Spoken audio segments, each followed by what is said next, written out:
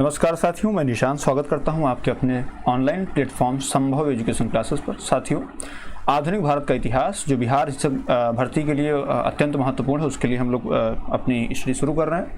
अब ऐसा ये नहीं जरूरी है कि जो हम पढ़ा रहे हैं वो बिहार शिक्षक भर्ती के लिए ही महत्वपूर्ण हो। अगर आप अन्य किसी भी एग्जाम की तैयारी करें जिसमें इतिहास पूछा जाना है, वो सभी के दृष्टिगत अच्छा है। आप पहले प्रश्न से और उसकी व्याख्या से आप अंदाजा लगा सकते हैं। तो निवेदन है कि आप शुरू से लेकर अंत तक वीडियो देखें और अच्छी लगे तो लाइक शेयर करें और सब्सक्राइब को जरूर कर लें चैनल को। ठीक है, चलिए पहला प्रश्न लेते हैं मेरे भाई। पहला प्रश्न है आपका कि 1857 में भारत का गवर्नर जनरल कौन था, है ना। ये बड़ा महत्वपूर्ण प्रश्न है, कई एग्जाम में पूछा जा चुका है। तो बताइए पहला प्रश्न क्या है। तो भैया ऑप्शन ए दिया है Wellesley, option B Minto, option C Canning, option D Dalhousie. बताइए भैया क्या है, जवाब दीजिए। तब तक देखिए, हम जब भी कोई प्रश्न पढ़ेंगे तो सभी का पूरा डिटेल देखेंगे। जिसे लॉर्ड डलहौजी के विषय में तो उसके बारे में जो भी जानकारी सकते सब देखेंगे।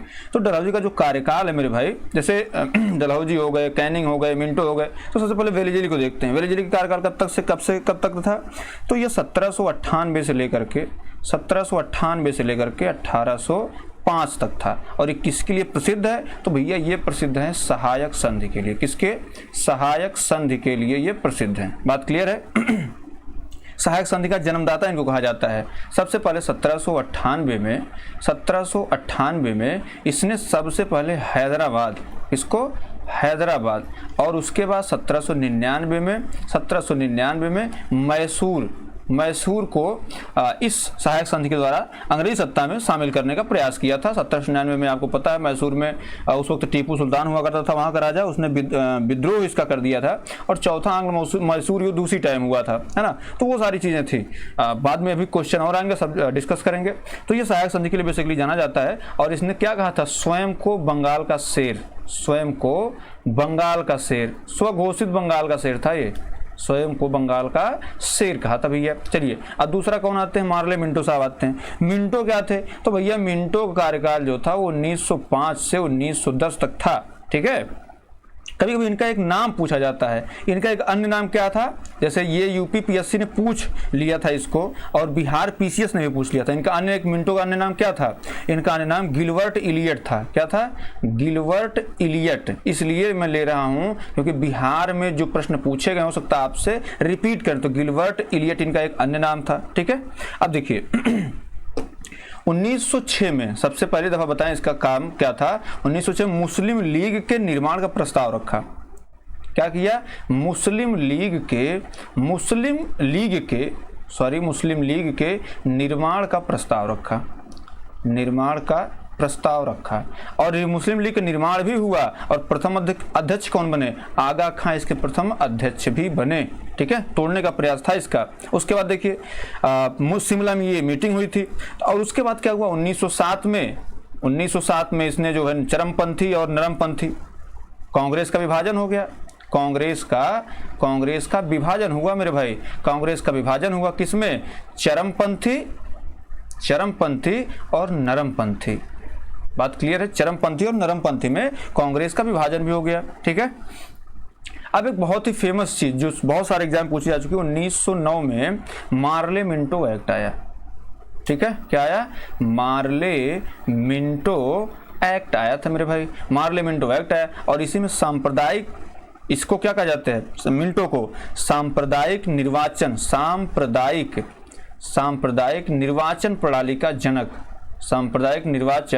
प्रणाली का जनक कहा जाता है। ठीक है। और इसमें मुस्लिमों को सबसे पहली दफा आरक्षण दिया गया था। उसके बाद आता डलहौजी भैया। डलहौजी कार्यकाल कब तक था।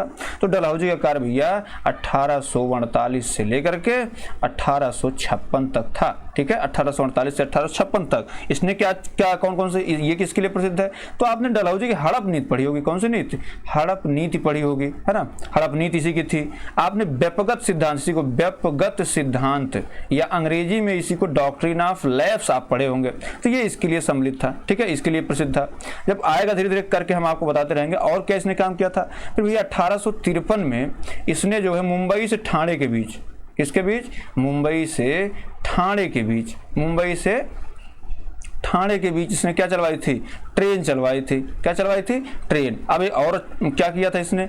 1854 में इसने वुड डिस्पैच लागू किया था, ठीक है, शिक्षा के लिए वुड डिस्पैच। इसमें क्या था? वुड डिस्पैच में, उस डिस्पैच में जो प्राथमिक शिक्षा थी उसको प्राथमिक शिक्षा, माध्यमिक शिक्षा और उच्च शिक्षा में अलग अलग करके विभाजित कर दिया गया था, ठीक है, उच्च शिक्षा के लिए था। अब भैया लॉर्ड कैनिंग बचते तो यही हमारे सही हैं। अब लॉर्ड कैनिंग के विषय में थोड़ा सा पढ़ लीजिए। इनका कार्यकाल 1856 से लेके 62 तक इनका कार्यकाल था, ठीक है। अब इन्होंने जो है, अगर इनके विषय में कहा जाता है, ये प्रथम गवर्नर, सॉरी अंतिम गवर्नर और प्रथम वायसराय भी थे। क्या थे? प्रथम वायसराय भी थे। बात क्लियर है? इन्होंने 1858 में आईपीसी भी लागू करवाई थी, आईपीसी लेकर के आए थे, है ना। और एक काम जो हड़प नीति थी डलहौजी की, कैनिंग ने उसको समाप्त कर दिया था। तो इसमें आप राइट आंसर क्या लगाएंगे भैया? राइट आंसर आपका सी ऑप्शन हो जाएगा। चलिए आगे बढ़ते हैं, ठीक है। अगला प्रश्न लेते हैं सिंधु सभ्यता के बारे में। भैया सिंधु सभ्यता के बारे में क्या है पूछा गया है कि सिंधु सभ्यता किससे संबंधित है? अब बताइए, पाषाण युग से, कांस्य युग से, स्वर्ण युग से, या फिर उपरोक्त में से कोई नहीं। तो आइए हम कुछ जान लेते हैं सिंधु सभ्यता। तो सिंधु घाटी सभ्यता जो है क्या है? सिंधु घाटी सभ्यता, ठीक है। सिंधु घाटी सभ्यता का सबसे पहले जो नाम दिया था वो दिया था जॉन मार्शल ने। क्या दिया था? जॉन मार्शल सबसे पहले इसका नाम दिया था। बात क्लियर है? और सबसे पहले इन्होंने ही इसका उपयोग करके, ये उपयोग करने वाले शोधकर्ता भी थे। अब भैया इसकी खोज, सिंधु घाटी सभ्यता की खोज 1921 में दयाराम साहनी, कौन थे भैया? दयाराम साहनी थे, ठीक है, 1921 में। 1922 में आए राखलदास बनर्जी आए, इन्होंने खोज की। और उसके इन्होंने मोहनजोदड़ो नामक स्थान की भी खोज की थी जहां पे विषाद स्नानागार और अन्नागार पाए गए, है ना। अब देखिए, अब कभी पूछा था सिंधु घाटी सभ्यता कब से कब तक थी, तो कार्बन डेटिंग के द्वारा इसको पता किया गया था। किसके द्वारा? कार्बन डेटिंग के द्वारा इसका पता लगाया गया था। और कार्बन डेटिंग द्वारा जो पता लगाया उसमें पता लगा कि जो इसका 2500 से लेकर के 1750 ईसा पूर्व तक इसका विस्तार था। कब तक था? 2500 से लेकर के 1750 ईस्वी तक इसका विस्तार था। और ये जो है यह एक नगरीय सभ्यता थी। कैसी सभ्यता थी? नगरीय सभ्यता थी। और ये कैसी थी? कांस्य युगीन थी। कांस्य युगीन सभ्यता। कैसी सभ्यता थी? कांस्य युगीन सभ्यता थी। चलिए साहब, अब इसमें पूछा गया पाषाण युग की थी, कांस्य युगीन थी, स्वर्ण युग, तो भैया इसमें कोई बहुत ज़्यादा सोचने समझने की आवश्यकता नहीं है। मैंने बता दिया ऑप्शन नंबर बी इसका क्या होगा? राइट आंसर होगा। चलिए आगे बढ़ते हैं। सबसे पुराना वेद कौन सा? बहुत ही नॉर्मल सा प्रश्न है। सबसे पुराना वेद कौन सा है? इसकी मतलब बहुत ही हल्का प्रश्न है। कभी कभी एग्जाम में हल्के प्रश्न भी आते हैं, आप उसको गलत कर देते हैं। तो भैया ऋग्वेद है, यजुर्वेद है, सामवेद है या अथर्ववेद है? देखिए, तो आप सभी को पता है इसे सामवेद जो है ये संगीत के लिए है। किसके लिए है? संगीत के लिए है। यजुर्वेद किसके लिए है? तो यज्ञ के लिए है। ऋग्वेद में सारे प्रावधान दिए गए हैं, कैसे यज्ञ करने, कैसे जीवन यापन करना, सारे मतलब सारी चीजें दी गई हैं। और सबसे अगर देखा जाए सबसे पहला प्रथम वेद यही है ना। इसमें गायत्री मंत्र की भी बात की गई है। विश्वामित्र ने गायत्री मंत्र का वो लिख रखा है। सबसे बाद का वेद आपसे पूछे तो ये सबसे बाद का वेद है, सबसे बाद का। तो इसमें राइट आंसर क्या हो जाएगा मेरे भाई? ऑप्शन नंबर ए इसका क्या है? राइट आंसर है। चलिए अगला प्रश्न लेते हैं भैया, चौथा प्रश्न। कौन आ गए? गौतम बुद्ध साहब आ गए। सब एग्जाम के पॉइंट ऑफ व्यू से गौतम बुद्ध या बौद्ध धर्म ही बहुत महत्वपूर्ण है। तो गौतम बुद्ध का जन्म कब हुआ था? ऑप्शन नंबर ए 563 ईसा पूर्व, option number E 561, option C 558 ईसा पूर्व, ऑप्शन डी 544 ईसा पूर्व। बताओ भैया, जब तक आप आंसर दें तब तक हम आपको गौतम बुद्ध के बारे में और जानकारी दे देते। जैसे इनको क्या कहा जाता था? एशिया का ज्योतिपुंज कहा जाता था। क्या? एशिया का ज्योतिपुंज, है ना, लाइट ऑफ एशिया।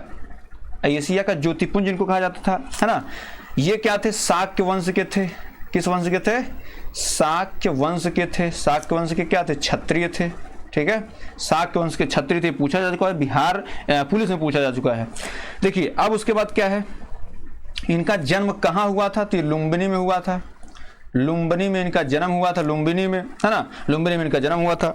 अब ये 29 वर्ष की अवस्था में 29 वर्ष में गृह त्याग दिए। क्या किए? गृह त्याग दिए। अब गृह त्याग क्या कहला है? महाभिनिष्क्रमण। क्या?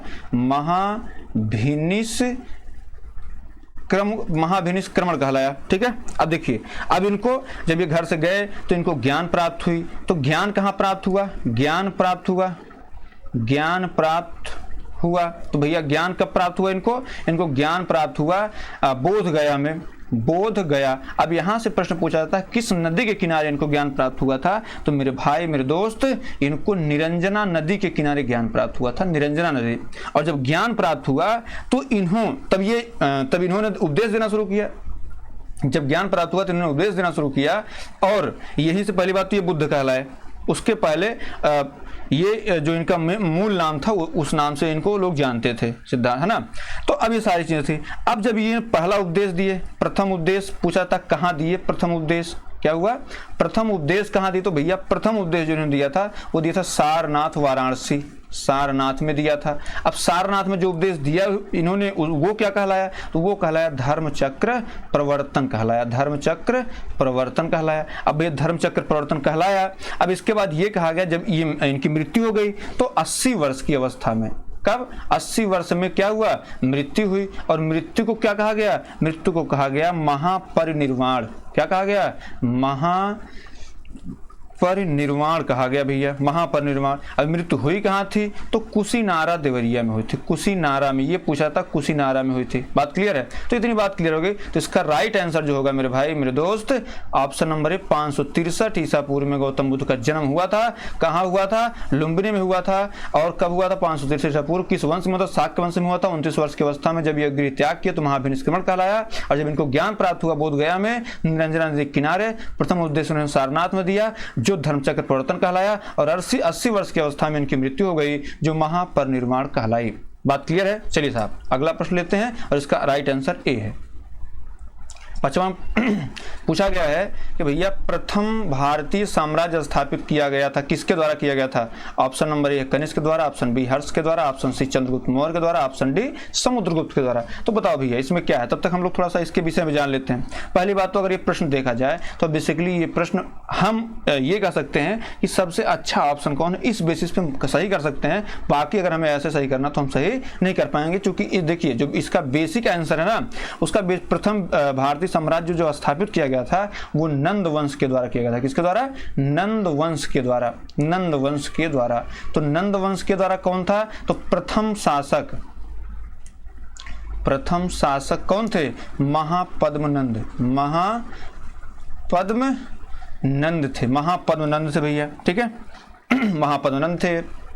इन्होंने सबसे पहले जो है क्या किया था? सबसे पहले भारतीय साम्राज्य की स्थापना की थी। अब पूछा था नंदवंश कब से कब तक था? तो भैया नंदवंश 344 से लेकर के 321 ईसा पूर्व तक था। ठीक है, अब 321 ईसा पूर्व से लेकर के 185 ईसा पूर्व तक, 185 ईसा पूर्व तक कौन थे? तो मौर्य थे। तो अब हम जाहिर सी बात है अगर इसमें नंद नहीं दिया तो मौर्य खोजेंगे। तो option number C Chandragupta Maurya दिया, हम इसको मार देंगे। लेकिन हम आइए कनिष्क के बारे में थोड़ा सा जान लेते हैं कि भाई कनिष्क कौन थे, क्या थे। तो भैया कनिष्क जो थे ये कुषाण वंश के थे। किस वंश के?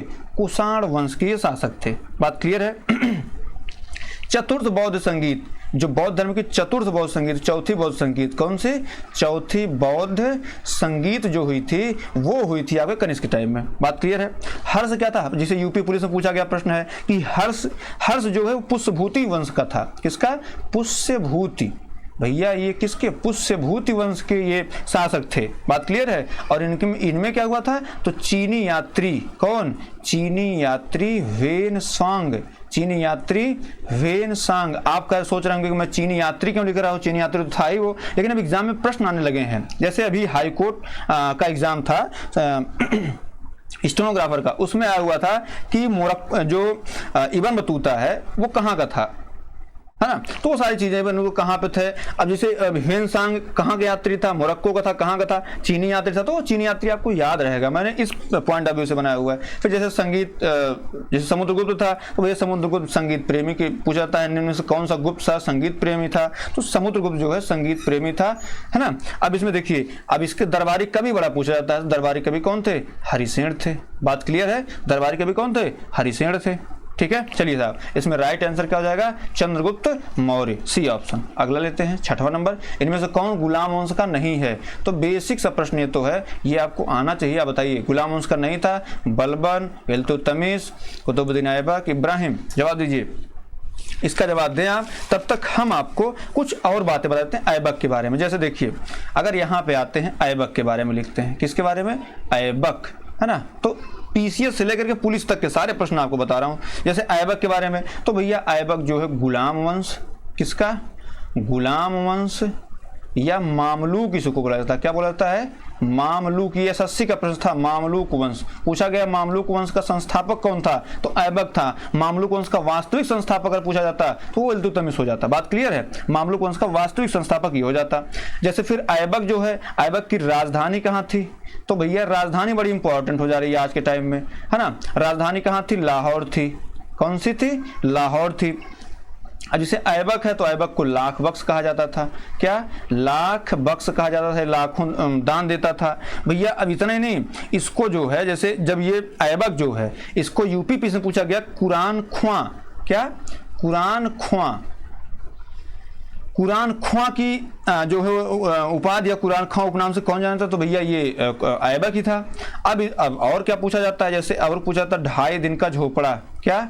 2.5 दिन का झोपड़ा। अब आपको पता 2.5 दिन का झोपड़ा कौन बनवाया था? तो भैया ऐबक बनवाया था। फिर पूछा जाता है कुव्वतुल इस्लाम मस्जिद, कुव्वत उल इस्लाम, है ना। तो कुव्वत उल इस्लाम जो है, ये मस्जिद, ये दोनों क्या है? पूछा जाता है कि 2.5 दिन का झोपड़ा क्या है? तो भैया 2.5 दिन का झोपड़ा कुछ नहीं, 2.5 दिन का झोपड़ा क्या है? मस्जिद है। बात क्लियर है? तो ये ऐबक के बारे में हमने जान लिया, इतना ऊपर की बातें। अब आइए इल्तुतमिश के बारे में जानते हैं। तो भैया इल्तुतमिश जो है, ये कह सकते हैं वास्तविक शासक था। क्या था? वास्तविक शासक। ये वास्तविक शासक था गुलाम वंश का। बात क्लियर है? गुलाम वंश का वास्तविक शासक था। अब देखिए, इसने जो है कुतुब मीनार का निर्माण पूरा करवाया। अब जैसे अगर आप ये ऐबक में जाएंगे, कुतुब मीनार की बात, कुतुब मीनार, है ना, कुतुब मीनार की बात करते हैं, तो कुतुब मीनार निर्माण शुरू कराया। अगर पूछा जाए निर्माण शुरू कराया की बात होगी तो ऐबक आएगा, और निर्माण पूरा कराया, निर्माण पूरा कराया अगर पूछा जाएगा तो वो कौन आएगा? इल्तुतमिश आएगा। बात क्लियर? आप समझ में आ गया आपके? अब देखिए, इसने इक्ता प्रथा, जैसे इल्तुतमिश के बारे में और जान लीजिए। इल्तुतमिश के बारे में, इक्ता प्रथा की शुरुआत की, इक्ता प्रथा की शुरुआत की इसने, है ना। इक्ता प्रथा की शुरुआत की। तुर्कान ने चहलगामी की शुरुआत की। इसका जैसे इक्ता प्रथा जो है, इसको बलबन ने इसको खत्म कर दिया था, है ना। तो बलबन इसके लिए जाना जाता है। तो ये सारी चीजें हैं। इसमें गुलाम वंश कौन नहीं? तो भैया इसमें इब्राहिम जो है गुलाम वंश का नहीं, ऑप्शन नंबर डी। चलिए आगे बढ़ते हैं। अगला प्रश्न भैया, अष्टदिग्गज क्या है? अष्टदिग्गज किस राज्य संबंधित है? बताओ भैया। राजेंद्र प्रथम, राजेंद्र चोल, कृष्णदेव राय, शिवाजी। जवाब दीजिए इसका जवाब दें आप सभी। तब तक हम जान लेते हैं राजेंद्र प्रथम या राजेंद्र चोल, ये दोनों एक ही नाम है। जो ऑप्शन कंफ्यूजन भैया हम ये मार सकते हैं, तो ये आप ना मारिएगा, क्योंकि ये चोल, इन दोनों का एक ही नाम है। और ये चोल वंश के सबसे प्रतापी राजा थे। कभी इनका जब ऑप्शन में नाम आएगा तो इनके बीच हम पूरी डिटेल आपको बता देंगे। प्रतापी शासक, ठीक है। अब देखिए, कृष्णदेव राय इसमें राइट आंसर है। शिवाजी के लिए क्या था? जो अष्ट दिग्गज जहां है वो कृष्णदेव राय के लिए। और अगर अष्ट प्रधान होता, क्या होता? अष्ट प्रधान, तो वो किस में से हो जाता? शिवाजी से हो जाते। अभी इसके लिए क्या सही है? ऑप्शन नंबर सी, कृष्णदेव राय सही है। बात क्लियर? चलिए आगे बढ़ते हैं। तुजु के बाबरी भैया बताइए, तुजु के बाबरी किस भाषा में लिखा गया है? फारसी में, अरबी में, तुर्की में या उर्दू में? देखिए, तुजु के बाबरी की बात करें तो जाहिर सी बात है, बाबर की क्या है? पहले आप बाबर के बारे में जानिए। बाबर की आत्मकथा है, बाबर की आत्मकथा है। अब जाहिर सी बात है, बाबर किस वंश का था? तो बाबर जो है ये इसमें जैसे बाबर ने सबसे पहले आकर के, जैसे अब पानीपत का प्रथम युद्ध की बात होती है या द्वितीय युद्ध, तृतीय युद्ध की बात करते हैं, तो उसमें बाबर का नाम आ जाता है ना। तो सारी चीजें जैसे अपने हिसाब से, जैसे बाबर की आत्मकथा है, इसे पूछा गया किस भाषा में लिखी गई है? किस भाषा में लिखी गई है? तो बाबर की आत्मकथा है और लिखी किस भाषा में गई है? तो तुर्की भाषा में लिखी गई है। आप कहेंगे, जैसे आप कहेंगे ना कि मुगल वंश जो था, जैसे मुगल वंश, तो मुगल वंश का प्रथम शासक तो बाबर था, लेकिन मुगल वंश की आधिकारिक भाषा जो थी कौन सी? आधिकारिक भाषा क्या थी? आधिकारिक भाषा जो थी वो थी फारसी। तो लोग, चूंकि मुगल वंश की आधिकारिक भाषा फारसी थी तो लोग फारसी मार देते हैं, जबकि इसमें क्या सही मेरे भाई? ऑप्शन नंबर डी तुर्की सही है। चलिए आगे बढ़ते हैं, अगला प्रश्न लेते हैं। ठीक है, जजिया कर। अब भैया जजिया जो है बेसिक सा प्रश्न, इसमें जजिया किसके शासनकाल में पुनः लगाया गया था? किसके शासन में लगाया गया था? सारी चीजें आपको बता देंगे। बताइए, option A Humayun, option B Akbar, option C Jahangir, option D Aurangzeb. तो भैया आइए हम इसका पोस्टमार्टम करते हैं। तो सर्वप्रथम समझिएगा, सर्वप्रथम लगाया किसने? लिख लीजिए पूरा इतिहास इसका। सर्वप्रथम किसने लगाया भैया? तो ये सबसे पहले मोहम्मद बिन कासिम लगाया था। कौन लगाया था? मोहम्मद बिन कासिम ने लगाया था। मोहम्मद बिन कासिम ने लगाया था। ठीक है, अब सर्वप्रथम समाप्त किसने किया भैया? तो सर्वप्रथम जो समाप्त करने वाले थे वो 1564 ईस्वी में कौन शासक था? तो भैया थे उस टाइम अकबर महोदय। अकबर ने क्या किया? इसको समाप्त कर दिया। अब पुनः किसने लगाया? पूछा गया पुनः लगाया किसने? तो भैया फिर जो लगाने का काम किया वो 1679 में कौन किया? औरंगजेब ने किया। औरंगजेब। अब देखो भैया, अब ये लगा दिया है, अब फिर होगा कि पुनः समाप्त। क्या हुआ? पुनः समाप्त किसने किया? तो भैया अगर पुनः समाप्त करने की बात आएगी तो 1712 ईस्वी में 1712 में जहांदार शाह ने किया था। किसने? जहांदार शाह ने किया था। अब देखिए, पूर्णतः समाप्त अगर आपसे पूछ ले तो भैया 1720 ईस्वी में कौन किया था? मोहम्मद शाह ने किया था। अब इसको कहते हैं रंगीला बादशाह। इसको रंगीला बादशाह कहा जाता है, इसको लंपट मूर्ख कहा जाता है। तो आपको जवाब मिल गया होगा कि जजिया किसके शासनकाल में पुनः लगाया गया था? तो option number D Aurangzeb. Jahangir के काल को चित्रकारी का स्वर्ण युग कहा जाता था, हिंदी का स्वर्ण युग अकबर काल कहा जाता था। ठीक है, हुमायूं के कहा जाता है यह सीढ़ियों से गिरता रहा, अंततः मर गया। ठीक है, अंततः सीढ़ियों से गिर के मर गया। चलिए अगला लेते हैं। टीपू सुल्तान ने अपनी राजधानी बनाई। क्या ऑप्शन है? टीपू सुल्तान ने अपनी राजधानी बनाई भैया। Option number A Srirangapatna, option B Mysore में, सी बेंगलोर में, या डी कोयम्बटूर। तो भैया देखो, टीपू सुल्तान की बात करते हैं तो ये क्या था? टीपू सुल्तान जो था वो हैदर अली का पुत्र था। क्या था? हैदर अली का पुत्र था। ठीक है, अब देखिए, ये मैसूर का शासक था। कहाँ का शासक था? मैसूर का शासक था भैया, मैसूर का शासक था। ठीक है, मैसूर का शासक था और स्वयं को मैसूर का बाग की उपाधि, स्वयं को मैसूर का बाग इसने कहा था भैया। अब मैसूर का तो वो हो गया, तो ये गलत हो गया। बेंगलोर था नहीं उस टाइम, कोयम्बटूर था नहीं, है ना। तो बेंगलोर को सिलिकॉन वैली के रूप में जानते हैं, आपको भी पता है, सिलिकॉन वैली के रूप में जानते हैं। ठीक है, सिलिकॉन वैली बेंगलुरु को जानते हैं।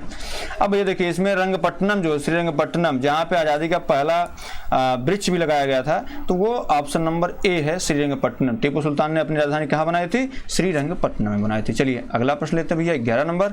अब बताओ भैया, करा निम्नलिखित में से कौन युग्म सुमेलित नहीं है?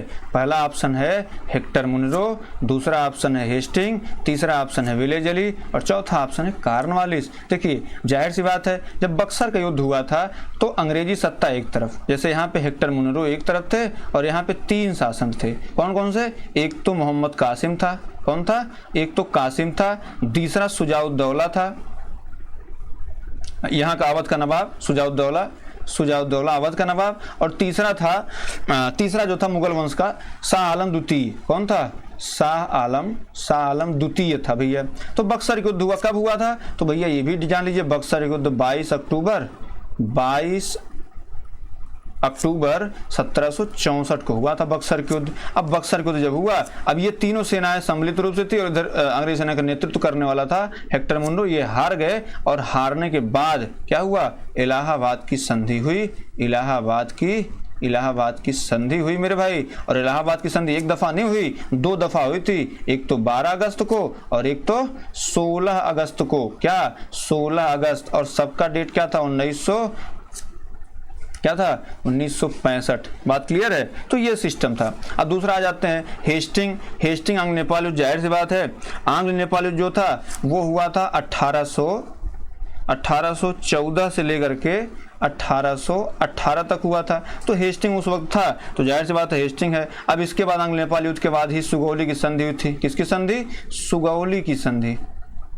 सुगौली की संधि हुई थी, ठीक है, ये भी आप याद रखिए। अब उसके बाद आते हैं वेलेजली। वेलेजली चतुर्थ। अभी वेलेजली आया था, हमने क्या कहा था? जब इसने सहायक संधि लागू की थी तो 1799 में इसने क्या कहा था? टीपू सुल्तान से कहा था हमारी जो सहायक संधि उसको स्वीकार कर लो, अंग्रेजी सत्ता में मिल जाओ, हम अपने हिसाब से तुमको बताएंगे, अपना राज करना तुम। टीपू सुल्तान ने इसका विद्रोह किया था और उसका परिणाम था क्या? चतुर्थ आंग्ल मैसूर युद्ध हुआ, जिसमें टीपू सुल्तान की हत्या हो गई और वो मारा गया। तो इसमें ये भी सही हो जाता है। तो ऑप्शन डी बचता है। यही क्या है? यही रॉन्ग है। अब देखिए तृतीय आंग्ल मराठा युद्ध कब हुआ था भैया? तो तृतीय आंग्ल मराठा युद्ध मेरे भाई ये 1817 में शुरू हुआ और ये चला था 1819 तक। इसके बाद कौन सी संधि हुई थी? ग्वालियर की संधि। क्या? ग्वालियर की संधि हुई थी मेरे भाई, ग्वालियर की संधि हो गई थी, है ना। अब देखिए, अब इस टाइम जब 1817 से 1819, तो जाहिर सी बात हमने अभी ऊपर पढ़ लिया 1814 से 1818 तक तो हेस्टिंग था, तो जाहिर सी बात कार्नवालिस नहीं होंगे। यहाँ पे क्या सही होगा? हेस्टिंग सही होगा। तो ऑप्शन नंबर डी आपका क्या मेरे भाई? ऑप्शन नंबर डी आपका सही है। चलिए आगे बढ़ते हैं, अगला प्रश्न लेते हैं। अगला प्रश्न क्या है? नील दर्पण। अब देखो भैया, आप देख रहे होंगे कि हमने लिख रखा है नील दर्पण। हम लिख सकते थे कि नील दर्पण के लेखक कौन थे, है ना, हम ये लिख सकते थे कौन थे, ठीक है।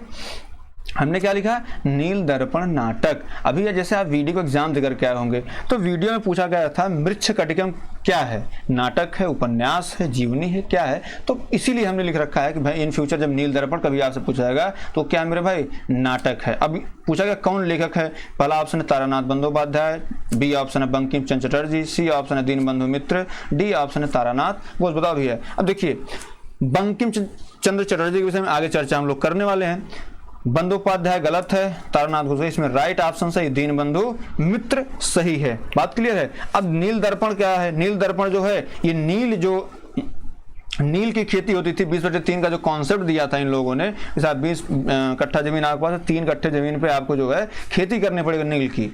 तो उसको सब लोग जो है उसका विद्रोह कर रहे थे, और जो लोग विद्रोह कर रहे थे उन किसानों को कैसे दबाया गया, उसके बाद दीनबंधु मित्र ने किसमें? नील दर्पण में उन्होंने लिख रखी है। बात क्लियर है। चलिए इसका राइट आंसर आपको समझ में आ गया होगा। इसका राइट आंसर हो जाएगा मेरे भाई सी ऑप्शन। चलिए अगला लेते हैं, आनंद मठ।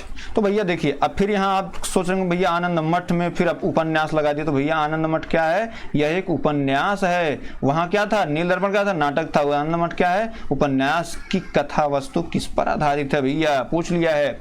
मतलब इसमें पालीगर विद्रोह पर आधारित है कि भैया सन्यासी विद्रोह पर है, चुआर विद्रोह पर है, तालुकदार के विद्रोह पर है? तो देखिए पहले आपको जाना पड़ेगा हुआ कब कब था, है ना। सबसे पहले ये जान लीजिए इसके लेखक कौन है। सबसे पहले इसका लेखक जान लीजिए। तो अभी हमने कुछ देर पहले बताया था बंकिम चंद्र चटर्जी। बात क्लियर है। बंकिम चंद्र चटर्जी जो है इसके आनंद मठ उपन्यास के लेखक हैं भैया। अब आइए जान लेते हैं पालीगर विद्रोह कब हुआ था। पालीगर विद्रोह कब हुआ था भैया? 1799 से लेकर के 1802 तक हुआ था। किसके बीच था? तो पालीगर वर्सेज किसका? ईस्ट इंडिया कंपनी के बीच था, है ना। सन्यासी विद्रोह की बात करें भैया तो सन्यासी विद्रोह सबसे पहला 1763 से लेकर के सन 1800 तक चलने वाला यह विद्रोह, इसको सर्वप्रथम विद्रोह की बात की जाती है। भारत का पहला ब्रिटिश विरोधी स्वतंत्रता संग्राम, भारत का प्रथम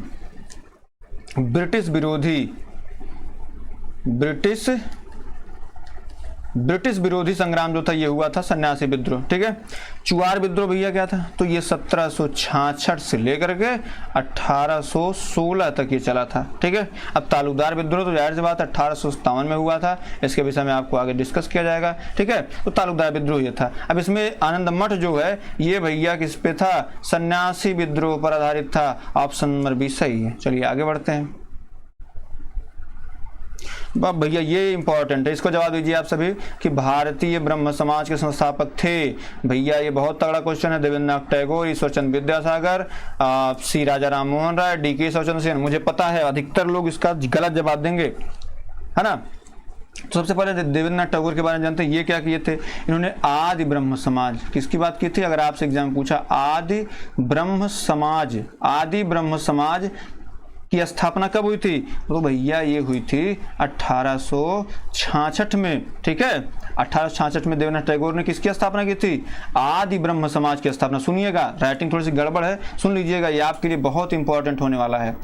ईश्वर चंद्र विद्यासागर क्या किए थे? तो ईश्वर चंद्र विद्यासागर की मदद से 1856 में क्या हुआ था? विधवा पुनर्विवाह अधिनियम आया था। पुनर्विवाह अधिनियम आया था इन्हीं के टाइम में। राजा राम मोहन राय क्या किए थे? तो भैया राजा राम मोहन राय ने 1828 में ब्रह्म समाज की स्थापना की थी। किसकी? ब्रह्म समाज की स्थापना की थी। लेकिन केशव चंद्र सेन ने क्या किया था? केशव चंद्र सेन ने भारतीय ब्रह्म समाज की स्थापना। किसकी? भारतीय ब्रह्म समाज की स्थापना कौन किया था? केशव चंद्र सेन किए थे। ऑप्शन नंबर डी सही है। चलिए आगे बढ़ते हैं, कुछ नया आपको सीखने को मिल रहा होगा, ऐसी मैं उम्मीद कर रहा हूं। और अगर आपको वीडियो अच्छी लग रही है तो लाइक शेयर सब्सक्राइब जरूर कर लीजिएगा। ठीक है, चलिए 15 नंबर लेते हैं।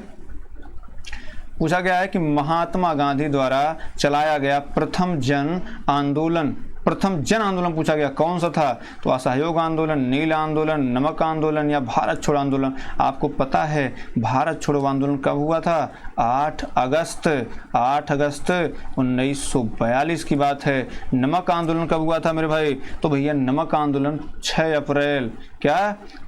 अप्रैल 1930 को हुआ था। और अगर नील आंदोलन की बात करें मेरे दोस्त, तो नील आंदोलन क्या है? 1859 से लेकर के 1862 तक है। और DSSB में पूछा गया था इसके नेता कौन से थे? तो इसके नेता कौन से थे? दिगंबर बिश्वास। कौन थे? दिगंबर बिश्वास। इसके दो नेता बड़े महत्वपूर्ण, दिगंबर बिश्वास और विष्णु विश्वास। क्या? विष्णु विश्वास। ये दो बड़े तगड़े नेता थे इनके, इनका नाम पूछा जाता है। तो ये हो गया। अब भैया असहयोग आंदोलन कब चला था? तो 1 अगस्त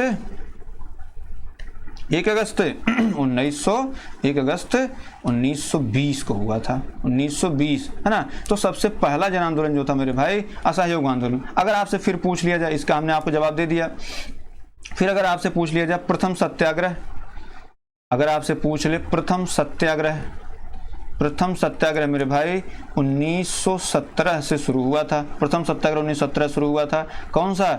चंपारण में। बात क्लियर है? चंपारण। चलिए 15 नंबर हो गया। तो इसका राइट आंसर क्या है मेरे भाई? ऑप्शन नंबर ए, असहयोग आंदोलन पहला जन आंदोलन था। चलिए अब बताइए, आजाद हिंद सरकार भैया, ये बड़ा महत्वपूर्ण, आजाद हिंद सरकार के निर्माण की घोषणा कब की गई थी? 26 जनवरी 1935, 8 फरवरी 1942, 18 फरवरी 1943, 21 अक्टूबर 1943। बताइए भैया क्या इसका? अब कुछ लोग कहेंगे साहब जैसे 1930, तो 1930 टाइप का तो कुछ है नहीं, पहले ऑप्शन गलत काटना सीखिए आप। 1942, 1943 में आप कर सकते हैं। देखिए कुछ लोग कहेंगे साहब आजाद हिंद सरकार, तो फॉरवर्ड ब्लॉक क्या था? सबके विषय में देखिए, इसका राइट आंसर 21 अक्टूबर 1943 होगा। इसका राइट आंसर 21 अक्टूबर 1943 को होगा, है ना। आजाद हिंद सरकार, इसका गठन जो है ये सिंगापुर में किया गया था। कहाँ पे? सिंगापुर में इसका गठन किया गया था। और स्वतंत्र भारत की अस्थायी सरकार, है ना, परतंत्र भारत की स्वतंत्र सरकार, ये किसको कह सकते हैं? स्वतंत्र भारत की अस्थायी सरकार, स्वतंत्र भारत की अस्थायी सरकार, इसकी घोषणा सुभाष चंद्र बोस ने की थी। बात क्लियर है? अब इसी में जैसे आपके मन में आ रहा होगा साहब ये आजाद हिंद फौज, तो भैया हम इसके विषय में बता देते हैं। आजाद हिंद फौज, तो मेरे दोस्त मेरे भाई, आजाद हिंद फौज की अगर बात करें तो तो आजाद हिंद फौज की जो स्थापना है ये 1942 में हुई थी। और किसने किया था? कैप्टन मोहन सिंह ने किया था। ठीक है, अब एक चीज और बता देते हैं आपको, फॉरवर्ड ब्लॉक। क्या बता देते हैं? फॉरवर्ड ब्लॉक बता देते हैं। फॉरवर्ड ब्लॉक क्या था भैया? प्रश्न आ गया था भैया, MP पुलिस में आ गया था कि फॉरवर्ड ब्लॉक का संबंध किससे, सब बता देते हैं आपको। तो फॉरवर्ड ब्लॉक, अगर आपने फॉर्म फिल कर रखा हुआ तो उसके विषय में थोड़ा सा पढ़ लीजिएगा। फॉरवर्ड ब्लॉक की स्थापना कब हुई थी? 3 मई 1939, जब 21 अप्रैल 1939 को सुभाष चंद्र बोस ने कांग्रेस से इस्तीफा दे दिया था, तो उन्होंने फॉरवर्ड ब्लॉक नामक किसका गठन किया था? एक राजनीतिक दल का गठन किया था। किसका? राजनीतिक दल का गठन किया था मेरे भाई। यही पूछा था एमपी पुलिस में कि फॉरवर्ड ब्लॉक क्या है, राजनीतिक संगठन है, सैनिक संगठन है, क्या है? तो अधिकतर लोग सैनिक मार के आते, जबकि ये क्या था? राजनीतिक दल था। बात क्लियर है? जिसका राइट आंसर डी ऑप्शन होगा। चलिए साहब अगला लेते हैं। अगला नंबर क्या है? लोकनायक के नाम से किसे जाना जाता है ना? किसे? तो ऑप्शन नंबर ए आ गया है बाल गंगाधर तिलक, सुभाष चंद्र बोस, सी महात्मा गांधी, डी जयप्रकाश नारायण। आपको पता है भैया सुभाष चंद्र बोस को एक उपाधि मिली थी नेताजी, है ना? क्या? नेताजी। किसने दिया था? हिटलर ने दिया था। बात क्लियर है? अब देखिए गांधी जी को कई उपाधि कई लोगों ने, लेकिन महत्वपूर्ण क्या है? बापू किसने कहा था? बापू कहा था सुभाष चंद्र बोस जी ने। और महात्मा की उपाधि, किसकी उपाधि? महात्मा की उपाधि रविंद्रनाथ टैगोर ने दिया था। रविंद्रनाथ टैगोर ने दिया था। अब देखिए बचे कौन? जयप्रकाश नारायण। तो भैया जयप्रकाश नारायण को लोकनायक की उपाधि गई थी। ऑप्शन नंबर डी इसमें क्या है? सही है। ऑप्शन नंबर डी सही है। बाल गंगाधर तिलक की जिसे चर्चा होती थी लाल बाल पाल, तो लाल से लाला लाजपत राय, बाल से बाल गंगाधर तिलक, है ना, पाल से बिपिन चंद्र पाल की चर्चा होती है। तो ऑप्शन नंबर डी इसमें सही है। 18 नंबर चलते हैं। तो भैया 18 नंबर पे क्या है? फ्रांसीसी क्रांति कब आरंभ हुई थी? 1773, 1779, 1757 या 1789? तो जाहिर सी बात है मेरे दोस्त, मेरे भाई, अगर फ्रांसीसी क्रांति की बात आप करेंगे तो फ्रांसीसी क्रांति के साथ साथ आपको एक चीज और ध्यान देना होगा। यहाँ नारा कई दिए गए थे, आपको नारे भी याद रखने। जिससे पहला ऑप्शन 1773 है, तो जाहिर सी बात हम कह सकते हैं कि इसके द्वारा 1774 में पहली दफा भारत में सुप्रीम कोर्ट, सर्वोच्च न्यायालय की स्थापना कहाँ हुई थी? कलकत्ता में हुई थी। कहाँ पे हुई थी? कलकत्ता में हुई थी। वर्तमान का जो सर्वोच्च न्यायालय है, वर्तमान का पूछा जाता है आपसे, वर्तमान का सुप्रीम कोर्ट, इसकी स्थापना कब हुई थी? वर्तमान का सुप्रीम कोर्ट जो है उसकी स्थापना कब हुई थी? तो 28 जनवरी, समझिएगा 28 जनवरी 1950 को। कहाँ पे? दिल्ली में। बात क्लियर है? चलिए अब देखिए 1777 हो गया। अब 1779 कोई महत्वपूर्ण घटना घटी नहीं। 1757 बड़ी महत्वपूर्ण घटना, 23 जून, याद होगा आपको डेट, 23 जून 1757 में क्या हुआ था? प्लासी का युद्ध हुआ था मेरे भाई, प्लासी का युद्ध हुआ था। ठीक है, बंगाल के नवाब सिराजुद्दौला के बीच और अंग्रेजी सेना के बीच। ठीक है, चलिए अब इसमें आता 1789 बचा, तो जाहिर सी बात है ये गलत हो गया, ये गलत हो गया, ये गलत, तो यही सही है। इसकी एग्जैक्ट डेट पूछी गई थी पुलिस के एग्जाम में, तो आप एग्जैक्ट डेट 5 मई याद कर लीजिएगा। 5 मई 1789 को क्या हुआ था? फ्रांसीसी क्रांति हुई थी। और यहीं से एक नारा दिया गया था, कौन सा? स्वतंत्रता। जो आप संविधान के प्रस्तावना में पढ़ते हैं, स्वतंत्रता, समानता और स्वतंत्रता, समानता और मेरे भाई क्या है? और है बंधुत्व। बात क्लियर है? तो ये आपका 1789 ऑप्शन नंबर डी इसका सही हो जाएगा। चलिए आगे बढ़ते हैं मेरे भाई। 19 नंबर 19 नंबर क्या भैया? इंडियन अनरेस्ट का लेखक कौन था भैया? लाला लाजपत राय, एनी बेसेंट, दादा भाई नौरोजी, वैलेंटाइन सरोवर? तो भैया सबसे पहले आप जब तक जवाब दे रहे हैं मैं बता दूं लाला लाजपत राय के बारे में। 1927 में साइमन कमीशन का गठन हुआ। साइमन कमीशन गठन हुआ। 1928 में वो भारत आया, जिसका सभी लोग विरोध कर रहे थे। लाला लाजपत राय ने भी उसका विरोध किया था, है ना। इन्होंने उसी में जब इनके ऊपर लाठीचार्ज हुआ, इनको टारगेट किया गया कि यही नेता बन रहे, इनको मारा जाए, जब इनके ऊपर चार्ज हो रहा था लाठीचार्ज, तो इन्होंने कहा था कि मेरे शरीर पर पड़ी एक एक चोट ब्रिटिश साम्राज्य के ताबूत की कील बनेगी, जो कि बाद में क्या हुआ? सिद्ध भी हुआ। बात क्लियर है? अब देखिए एन बेसेंट के विषय में जान लीजिए थोड़ा सा। ये 1916 में किसकी स्थापना की थी? होम रूल लीग की इन्होंने स्थापना की थी। होम रूल लीग की स्थापना की थी। ठीक है, और 1917 में क्या इन्होंने किया था? 1917 में सरोजिनी नायडू के साथ मिलकर के, किसके साथ? सरोजिनी नायडू के साथ मिलकर के भारतीय महिला संघ, क्या? भारतीय महिला संघ। और इसके बाद इन्हें 1917-18 में क्या कर दिया गया? कांग्रेस का अध्यक्ष बना दिया गया। और पहली महिला जो थी वो यही थी जिन्हें कांग्रेस का अध्यक्ष बनाया गया था। दादा भाई नौरोजी, इन्होंने क्या दिया था? धन के निष्कासन का सिद्धांत दिया था। किसमें दिया था? Poverty un British rule in India. क्या? Poverty un British rule poverty, un British rule in India. बात क्लियर है। अब भैया इसमें जब ये गलत हो गए, ये गलत हो गए, ये, तो ऑप्शन नंबर डी क्या है मेरे दोस्त, सही है। चलिए अगली लेते हैं। अगला प्रश्न क्या है? अगला प्रश्न है बंदी जीवन के लेखक कौन है? तो भैया बंदी जीवन के लेखक भगत सिंह है या चंद्रशेखर आजाद है या महात्मा गांधी हैं या सचिंद्र सान्याल। तो इसमें बताइए इसमें क्या ऑप्शन है? तो भैया इसमें बंदी जीवन के जो लेखक हैं मेरे भाई मेरे दोस्त, वो सचिंद्र सान्याल हैं। बात क्लियर है। भगत सिंह ने लिखा था कि मैं अंधविश्वासी क्यों, सॉरी मैं नास्तिक क्यों। इन्होंने एक किताब लिखा था कि मैं नास्तिक क्यों। अगर समय मिले जरूर पढ़िए, बहुत अच्छी किताब है, मैं नास्तिक क्यों। महात्मा गांधी ने गरीबों के लिए पिछड़ों की बहुत कई किताबें लिखी थी। हरिजन की इन्होंने स्थापना भी, हरिजन सेवक संघ की स्थापना की थी। तो इसका राइट आंसर आपका डी हो जाएगा। अभी तक वीडियो आप बने रहे इसके लिए आपका हृदय से आभार। वीडियो अच्छी लगी हो तो आप इसको लाइक कर सकते हैं, शेयर कर सकते हैं और अपने दोस्तों के साथ कह सकते हैं कि हाँ आप इस चैनल पर जुड़कर पढ़िए, यहाँ से आपका कल्याण हो सकता है। ठीक है मेरे भाई, तो चलिए अब विराम देते हैं। धन्यवाद, नमस्कार, जय हिंद।